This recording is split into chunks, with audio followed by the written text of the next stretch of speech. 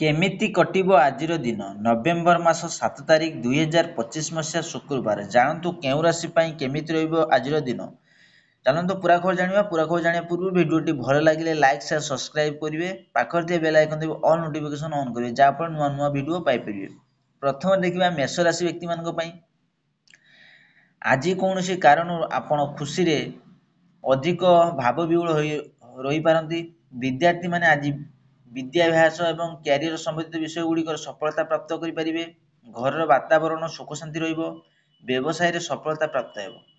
ସେହିଭଳି ଦେଖିବା ବୃଷ ରାଶି ବ୍ୟକ୍ତିମାନଙ୍କ ପାଇଁ ପାରିବାରିକ ଜୀବନ ଶାନ୍ତି ବନାଇ ରଖିବା ପାଇଁ ନିରର୍ଥକ ବାଦ ବିବାଦ କରନ୍ତୁ ନାହିଁ। ଧନ ଏବଂ ପ୍ରତିଷ୍ଠାର ହାନି ନ ହୋଇପାରେ, ଏହାର ଧ୍ୟାନ ରଖିବେ। ଆପଣଙ୍କର ଭାବୁକତା ବଢ଼ିପାରେ। ଆପଣଙ୍କର ରଚନାତ୍ମକ କ୍ଷମତାରେ ବୃଦ୍ଧି ହେବ ଓ ବିଦ୍ୟାର୍ଥୀମାନଙ୍କ ପାଇଁ ସମୟ ଅନୁକୂଳ ଅଟେ। ସେହିଭଳି ମିଥୁନ ରାଶି ବ୍ୟକ୍ତିମାନଙ୍କ ପାଇଁ ଆଜି ଆପଣଙ୍କୁ ଆବଶ୍ୟକ ନିର୍ଣ୍ଣୟ ନେବା ପାଇଁ ବୈଚାରିକ ଦୃଢ଼ତାକୁ ସର୍ବପ୍ରଥମ ସ୍ଥାନ ଦେବାକୁ ହେବ। ମିତ୍ରମାନଙ୍କ ସହିତ ସାକ୍ଷାତ କରିବେ ଏବଂ ସାକ୍ଷାତ ଆନନ୍ଦଦାୟୀ ରହିବ। ଛୋଟ ଯାତ୍ରାରେ ଆୟୋଜନ ହୋଇପାରେ। ଭାଇମାନଙ୍କ ସହିତ ସମ୍ବନ୍ଧ ନିକଟତା ଆସିବ। ସେହିଭଳି କର୍କଟ ରାଶି ବ୍ୟକ୍ତିମାନଙ୍କ ପାଇଁ ଆଜି କ୍ରୋଧ ବାଣୀ ଉପରେ ନିୟନ୍ତ୍ରଣ ରଖନ୍ତୁ। ନକାରାତ୍ମକ ବିଚାର ମନରେ ଆସିବାକୁ ଦିଅନ୍ତୁ ନାହିଁ। ଖାଇବା ପିଇବାରେ ମଧ୍ୟ ନିୟନ୍ତ୍ରଣ ରଖିବେ। ଆପଣ ବୈଚାରିକ ସ୍ଥିରତା ସହିତ ନିଜ ହାତକୁ ଆସିଥିବା କାର୍ଯ୍ୟଗୁଡ଼ିକୁ ସମ୍ପୂର୍ଣ୍ଣ କରିପାରିବେ। ରଚନାତ୍ମକ କ୍ଷେତ୍ରରେ ମାନ ସମ୍ମାନ ପ୍ରାପ୍ତ ହେବ। ସେହିଭଳି ସିଂହ ରାଶି ବ୍ୟକ୍ତିମାନଙ୍କ ପାଇଁ ଆଜି ଦିନଟି ଶୁଭ ଫଳଦାୟୀ ଅଟେ। ଶାରୀରିକ ମାନସିକ ସ୍ୱାସ୍ଥ୍ୟ ଉତ୍ତମ ରହିବ। ନୂଆ କାର୍ଯ୍ୟ ଶୁଭାରମ୍ଭ କରିବା ପାଇଁ ସମୟ ଅନୁକୂଳ ଅଟେ। ପରିଜନମାନଙ୍କ ସହିତ ସମୟ ଆନନ୍ଦପୂର୍ବକ ବିତିବ। ଧାର୍ମିକ କାର୍ଯ୍ୟଗୁଡ଼ିକ ଖର୍ଚ୍ଚ ହୋଇପାରେ। ସେହିଭଳି କନ୍ୟା ରାଶି ବ୍ୟକ୍ତିମାନଙ୍କ ପାଇଁ କମ୍ ସମୟରେ ଅଧିକ ଲାଭ ପାଇବା ବିଚାରରେ ଆପଣ ଫସି ନ ଯାଆନ୍ତୁ। ଧ୍ୟାନ ରଖିବେ କୋର୍ଟ କଚେରୀ ବିଷୟରେ ନ ପଡ଼ିବା ପାଇଁ ଉପଦେଶ। ପରିବାରରେ ସୁଖ ଶାନ୍ତି ବଜାୟ ରହିବ। ନୂଆ କାର୍ଯ୍ୟରେ ପ୍ରାରମ୍ଭ ଆଜି କରିପାରିବେ। ଆକସ୍ମିକ ଧନ ଲାଭ ହେବ। ସେହିଭଳି ଦେଖିବା ତୁଳା ରାଶି ବ୍ୟକ୍ତିମାନଙ୍କ ପାଇଁ ସନ୍ତାନ ସମ୍ବନ୍ଧିତ ଶୁଭ ସମାଚାର ଆପଣଙ୍କୁ ମିଳିବ।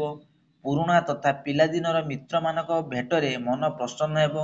ନୂଆ ମିତ୍ର ମଧ୍ୟ ବନିବାରେ ସମ୍ଭାବନା ଅଛି। ବ୍ୟବସାୟୀ ଆର୍ଥିକ ରୂପରେ ଲାଭ ହେବ। ମଧ୍ୟାହ୍ନ ପରେ ସମ୍ଭାଳି କରି ଚାଲିବାକୁ ଉପଦେଶ। ସେହିଭଳି ଦେଖିବା ବିଛା ରାଶି ବ୍ୟକ୍ତିମାନଙ୍କ ପାଇଁ ଆଜିର ଦିନଟି ଏକ ସ୍ମରଣୀୟ ଦିନ ଅଟେ।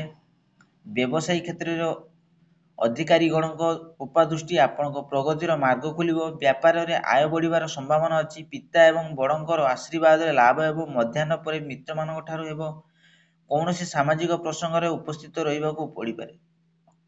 ସେହିଭଳି ଧନୁରାଶି ବ୍ୟକ୍ତିମାନଙ୍କ ପାଇଁ ଆଜି ଅଧିକାରୀମାନଙ୍କ ସହିତ ବାଣୀ ବ୍ୟବହାରରେ ନିୟନ୍ତ୍ରଣ ରଖନ୍ତୁ। ବ୍ୟାପାରରେ ବିଘ୍ନ ଆସିପାରେ ଆଶଙ୍କା ଅଛି। ମଧ୍ୟାହ୍ନ ପରେ ବ୍ୟବସାୟୀ କ୍ଷେତ୍ରରେ ଆପଣଙ୍କ ପାଇଁ ପରିସ୍ଥିତି ଅନୁକୂଳ ରହିବ।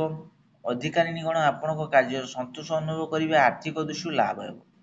ସେହିଭଳି ମକର ରାଶି ବ୍ୟକ୍ତିମାନଙ୍କ ପାଇଁ ଆଜି କ୍ରୋଧ ଏବଂ ବାଣୀ ଉପରେ ନିୟନ୍ତ୍ରଣ ରଖନ୍ତୁ। ସ୍ୱାସ୍ଥ୍ୟର ଧ୍ୟାନ ରଖିବେ। ସରକାର ବିରୋଧୀ ପ୍ରବୃତ୍ତିଗୁଡ଼ିକ ଦୂରରେ ରୁହନ୍ତୁ। ପରିଜନମାନଙ୍କ ସହିତ କଳହର ପ୍ରସଙ୍ଗ ବନିପାରେ। ବ୍ୟୟ ବଢ଼ିପାରେ। ଇଷ୍ଟ ଦେବତାଙ୍କ ଧ୍ୟାନ ସମସ୍ୟାଗୁଡ଼ିକ ନିବାରଣ ହେବ। ସେହିଭଳି କୁମ୍ଭ ରାଶି ବ୍ୟକ୍ତିମାନଙ୍କ ପାଇଁ ଆଜି ସକାଳେ ମିତ୍ରମାନଙ୍କ ସହିତ ବୁଲିବାକୁ, ଖାଇବା ପିଇବା, ମନୋରଞ୍ଜନ ଦିନ ବିତିବ। ଭାଗିଦାରୀ ସହିତ ସମ୍ବନ୍ଧ ଭଲ ରହିବ।